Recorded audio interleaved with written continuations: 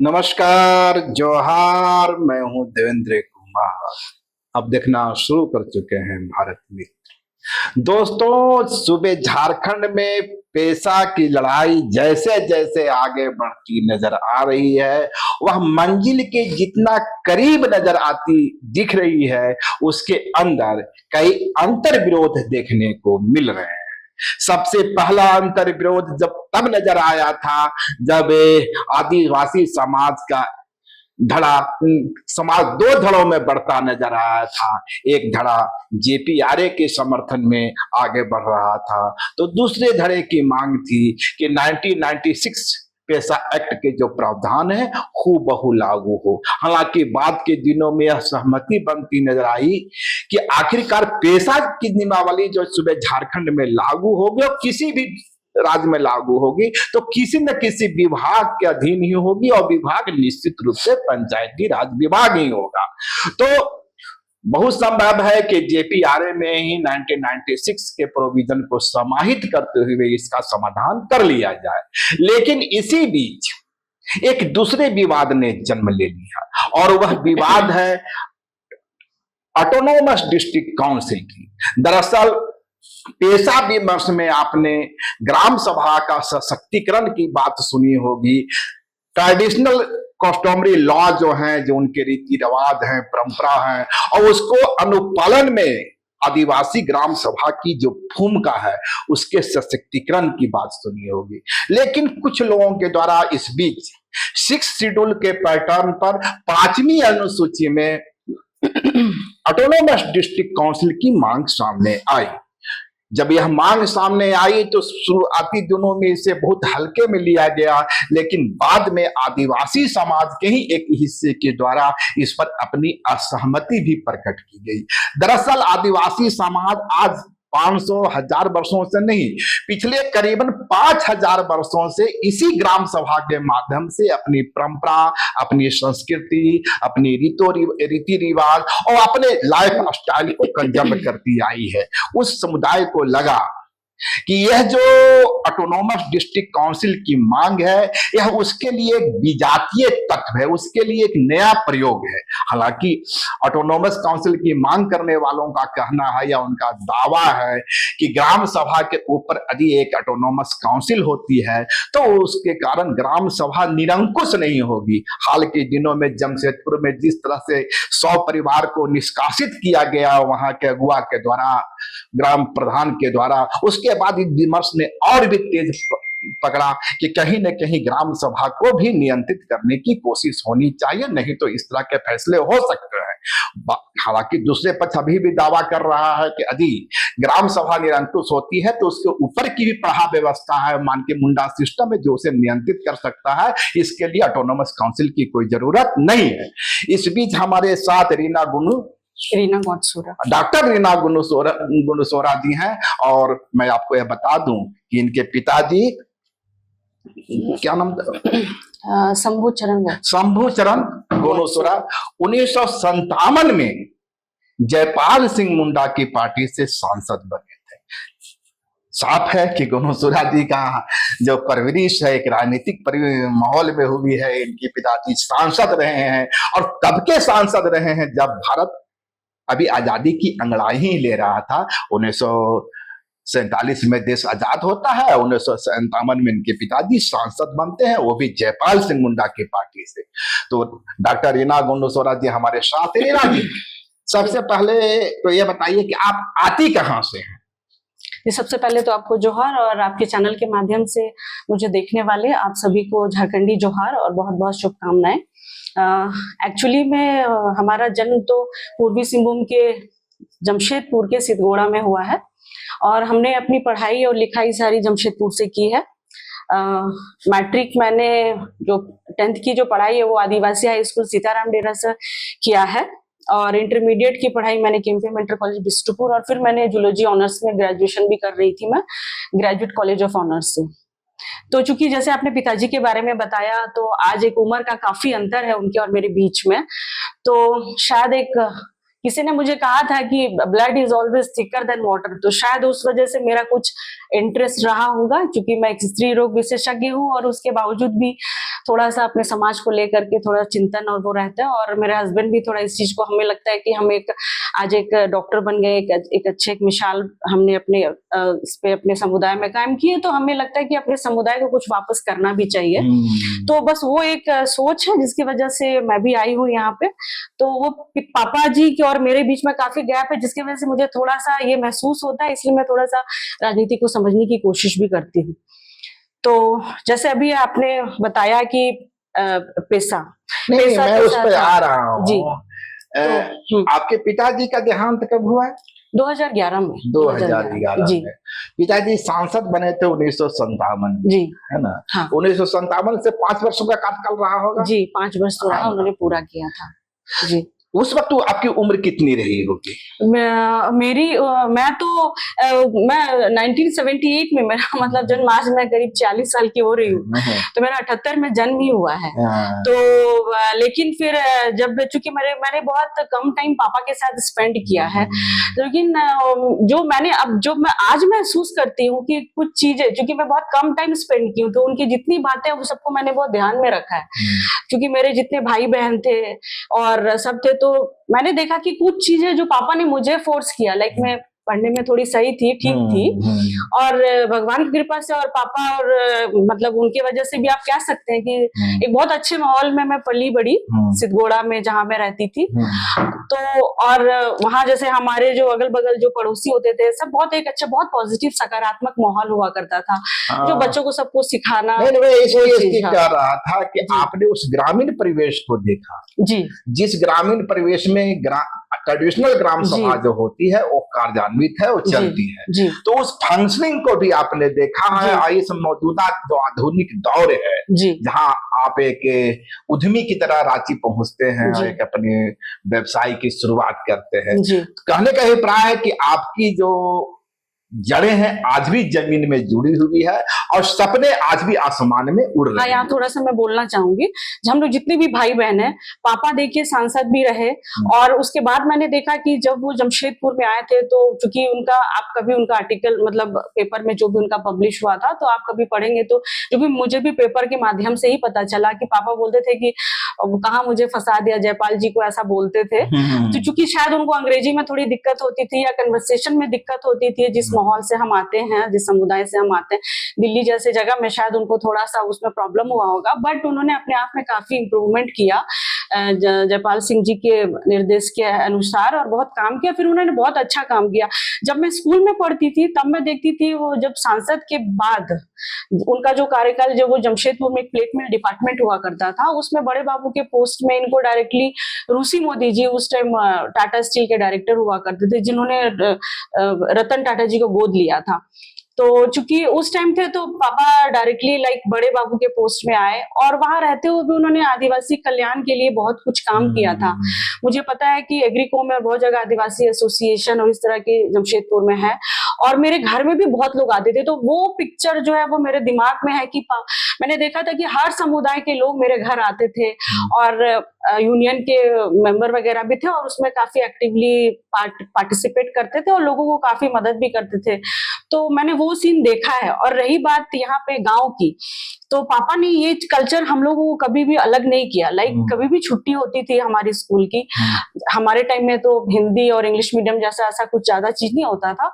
हमारा तो सेशन जो नवंबर में खत्म होता था, तो हम लोग गर्मी मतलब जाते थे अपने गांव। उस टाइम धान कटनी होता था, तो हम लोगों ने जैसे धान पीटना में मैंने भी किया है, मुझे वो सब चीज पता है। गाँव में जब मैं जाती थी तो उन लोगों के साथ ही गाय बकरी भी चराना ये भी करती थी, जब भी गर्मी छुट्टी भी होता था। तो मैं उस तरह से हमारा अटैचमेंट है, और कभी भी पापा ने ये उस चीज को नहीं किया। शिमला घूमने जाते हैं, उस टाइम में तो ऐसा होता ही नहीं था, सभी लोगों की मेंटालिटी बदल गई है, लेकिन हमारे टाइम में तो मैं गांव से कभी अलग नहीं हूँ। मैं सवाल इसलिए कर रहा हूँ कि हाल के दिनों में एक विमर्श खड़ा हुआ है जी, जैसा कि मैंने अपने प्रारंभिक उद्बोधन में कहा कि कुछ समाज के अगुआ के द्वारा डिस्ट्रिक्ट ऑटोनोमस काउंसिल की मांग की जा रही है। पेशा का जो नियमावली है उसमें भी इसकी चर्चा है, पर उसमें मैंडेटरी नहीं है जी। उसमें कहा गया कर सकती है, ये सरकार की मंशा पर निर्भर करता है। दूसरा जो तबका है जिस ग्राम से आप आई हैं, उन लोग का मानना है कि भाई हजारों हजार वर्षों से तो हम लोग इसी ग्राम सभा के माध्यम से अपनी चीजों को सशक्त कर रहे हैं। ग्राम सभा भी अलग करती है तो ऊपर की सब संस्थाएं पढ़ा है, मानकी पढ़ा है, और भी संस्थाएं हैं जो उसको ऑपरेट कर सकती है, उसको नियंत्रित कर सकती है। तो फिर ऑटोनोमस काउंसिल की मांग क्यों? देखिए, जब हम डिस्ट्रिक्ट ऑटोनोमस काउंसिल की बात करते हैं, मुझे लगता है क्या सही और नहीं है, उसके पहले वो चीज क्या है मेरे को लगता है उसमें समझना जरूरी है। बिकॉज आज जो हम कन्वर्सेशन कर रहे हैं एक तरह से एक विचार के तौर पे कर रहे हैं, ये कोई भी फाइनल चीज नहीं है। सही बात। तो जितना मुझे समझ में है और जितना मैंने स्टडी किया है, जो 6 शेड्यूल वाले जो एरियाज है, आखिर ऐसी बात क्यों आई, आखिर ऐसे संविधान में 6 शेड्यूल के एरियाज की बात है और वहां पे जो उनका जो शासन प्रणाली है वो क्यों डिस्ट्रिक्ट को दिया गया। तो उस टाइम ये देखा गया कि वहां पे जो ट्राइबल्स रहते हैं, जो बेसिकली 6 शेड्यूल एरियाज में जो भी मेघालय, मणिपुर और त्रिपुरा और असम की जो बात है, 4 राज्यों है। तो जी वहां पे यदि हम देखें तो वहां के जो ट्राइबल्स है उनको अंग्रेजों के टाइम से उस टाइम ऐसा फील हुआ था कि ये जो आदिवासी हैं ये मेन स्ट्रीम से काफी दूर है और शायद ये पता नहीं आजादी से पहले भी, आजाद होने के बाद भी वो कितने लाइफस्टाइल को उसके नियर क्लोज टू आप आ पाएंगे शायद मॉडर्न लाइफस्टाइल में। और उनका एक, चूंकि आदिवासी का एक अपना एक परंपरा है, अपना एक मतलब जो भी है व्यवस्था है, रूढ़ी प्रथा है, इस चीज को कितना हम अपना मेंटेन कर पाएंगे, इसके लिए मतलब कह सकते हैं कि इस रूढ़िवादी परंपरा का संरक्षण, इसकी सुरक्षा और एक सुशासन, एक अच्छे से उसको व्यवस्थित कर सके। सो ऐसा ना हो कि हम विलुप्त के कगार में जाए, एक तरह से कह सकते हैं कि उसका जो एग्जिस्टेंस है वो बरकरार भी रखे। तो इसीलिए शायद इस एरिया में ऑटोनोमस काउंसिल का गठन की बात हुई थी। तो यदि व्यवहारिक तौर पे हम समझे तो मुझे लगता है कि वैसे जगह में जा करके समझना पड़ेगा कि यदि डिस्ट्रिक्ट ऑटोनोमस काउंसिल चल रही है तो वो कैसा चल रहा है, ये एक अलग पहलू है। ग्राम सभा पर क्या प्रभाव पड़ा? जी, अभी पहले का सशक्तिकरण हुआ, ये ग्राम सभा उस प्रयोग से डिस्ट्रॉय हो गई। एग्जैक्टली।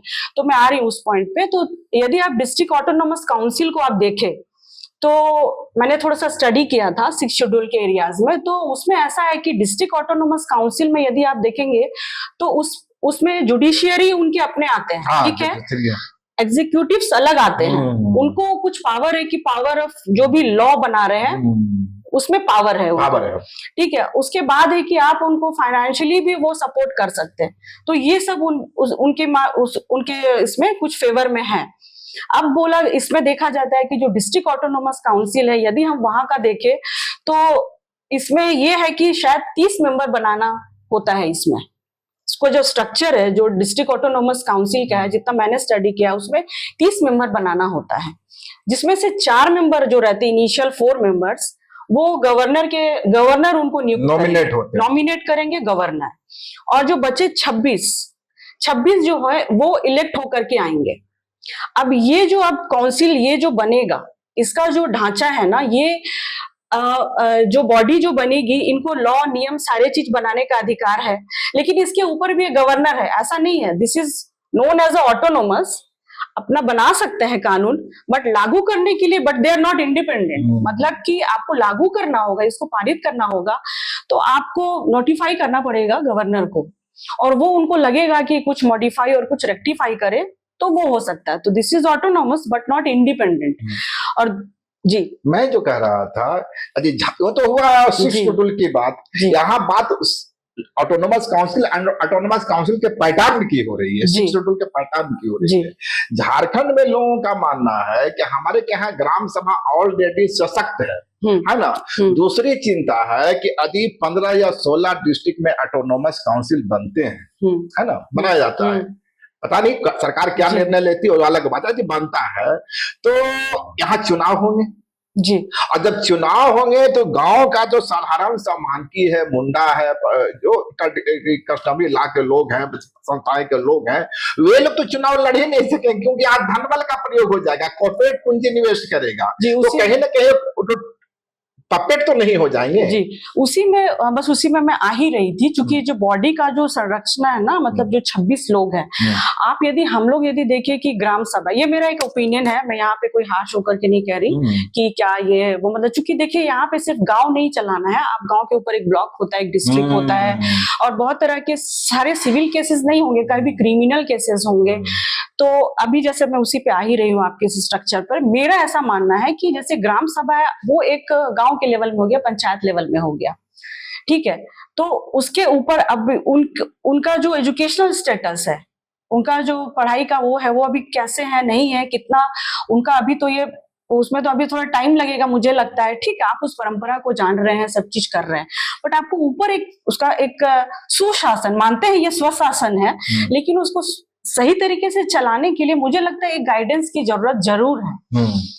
अब रही बात जो 26 मेंबर है, मुझे ऐसा लगता है कि ग्राम सभा भी नहीं डैमेज हो, उनको मानकी मुंडा भी रहे, तो अभी जो 26 का जो स्ट्रक्चर है इसको बनाने के लिए बहुत इंपॉर्टेंट है। यहाँ पे जो है जो लोग का जो इलेक्शन में खड़े होंगे उनके लिए जो अनिवार्यता होगी, जो क्राइटेरियाज होंगी, वहां पे बहुत मुझे लगता है कि कुछ चीजों का ध्यान रखना चाहिए, जैसे कि जो कि पारंपरिक जो रूढ़ी प्रथा फॉलो करते हैं उस एरिया के पर्टिकुलरली हैं, सुशासन हो, कहीं से कुछ डिस्क्रिमिनेशन ना हो जाति का और रिलीजन का। तो वैसे चीजों को ध्यान में रखते हुए आपको, जैसे कि यदि मैं कोल्हान की बात कर लूं, यदि तो कोल्हान की बात कर लूं तो वहां पे आपको देखना पड़ेगा बहुलता कोल्हान की है, लेकिन वो रैयत है ही, नो डाउट, बट उसके अलावा भी कुछ ऐसे नॉन ट्राइबल हैं, जैसे दूसरे ट्राइबल, एग्जैक्टली, जैसे गोप हो गए, कुम्हार हो गए, प्रधान हो गए, लोहार हो गए, इनके परसेंटेज के हिसाब से उनको भी वहां जगह देनी पड़ेगी, और जब जरूरत पड़ेगी, मतलब जाति की बहुलता के हिसाब से, उस समुदाय की बहुलता के हिसाब से आपको उसी हिसाब से डिस्ट्रिक्ट ऑटोनोमस काउंसिल में उनको जगह देनी पड़ेगी। चूंकि हर चीज की एक एडवांटेज और एक डिसएडवांटेजेस होती हैं, क्योंकि संविधान जो है वो हमेशा एक समानता को लेकर के चलता हुआ आया है। तो यहाँ पे यदि डिसएडवांटेज की बात करें तो उसमें कहता है कि समानता के साथ थोड़ा सा ये होता है, क्योंकि आर्टिकल 14 में भी है कि आपको समानता का अधिकार है, राइट टू जो भी है कि सब नागरिकों की समान इक्वालिटी है, अगेंस्ट इक्वालिटी। फिर 14 में है आपको जैसे कि कोई डिस्क्रिमिनेशन नहीं होना चाहिए on the basis of caste, religion and ये। और आर्टिकल आपको 16 में यदि हम देखें तो आप कहीं भी गवर्नमेंट जॉब में और जॉब में आपको कोई डिस्क्रिमिनेशन नहीं होना चाहिए। और 19 में भी देखेंगे तो आपको इसको लेकर के है, मैं थोड़ा भूल रही हूँ अभी। तो यदि इस चीज को देखा जाए तो मुझे लगता है कि जिस समुदाय और जिस कास्ट के लोग हैं सबको उसमें इंक्लूड किया जाए। और लेकिन जो उनके जो 26 जो स्ट्रक्चर है और जो 4 जो गवर्नर के द्वारा जो तो एक है ना मैडम कि जरूरी नहीं है कि यहाँ भी 26 ही बने ना, ऐसा तो कोई जरूरी है? ठीक है जी, सरकार तो अपने वहाँ की सरकार ने एक अपना प्रोफेशन लेकर आया कि 26 को बना, यहाँ की सरकार है तो डिस्ट्रिक्ट हो सकता है कि डिस्ट्रिक्ट में एक ही हो तो 15-16 ही हो, तो अलग हो सकते हैं। मेन सवाल यहाँ ये है कि जब चुनाव होंगे तो कॉर्पोरेट अपना पूंजी निवेश करेगा, राजनीतिक पार्टियां अपने मोहरे खड़ा करेगी, तो ये भोला भाला आदिवासी इन चीजों से कब तक लड़ता रहेगा? देखिए, जब चुनाव की बात आती है ना, जैसे मैं थोड़ा सा एक बार फिर से उसको थोड़ा फुल मतलब कर देती हूँ पूरी बात। मेरे हिसाब से जो मेंबर्स होने चाहिए, जो ग्राम सभा और जो मानकी मुंडा हो और जैसे कहीं कहीं पे पढ़ा राजा, अलग अलग चीजों में अलग अलग, तो उनको इलेक्शन में वो भी एक बॉडी होंगे, वो भी इलेक्शन में फाइट करेंगे। साथ में जो एक बुद्धिजीवी वर्ग है उनको उसमें लाया जाना चाहिए, जिससे कि एक नियम बनाए और जो और हर समुदाय के भी हो और अलग फैकल्टी के भी हो, मतलब ट्राइब्स के अलावा अलग अलग विभाग के नॉन ट्राइब्स में भी जो लोग हैं वो उस एरिया को, जो उस एरिया से जो आते हैं और जो बुद्धिजीवी हैं, सबको लाया जाए। रही बात इलेक्शन की, तो इलेक्शन में जब भी हम लोग देखेंगे तो हमेशा फेयर थोड़ा सा करने के लिए, देखिए खुद से एक बहुत इंपॉर्टेंट चीज है कि जनता को खुद को जागरूक होना यहाँ पे बहुत जरूरी है। और साइलेंट,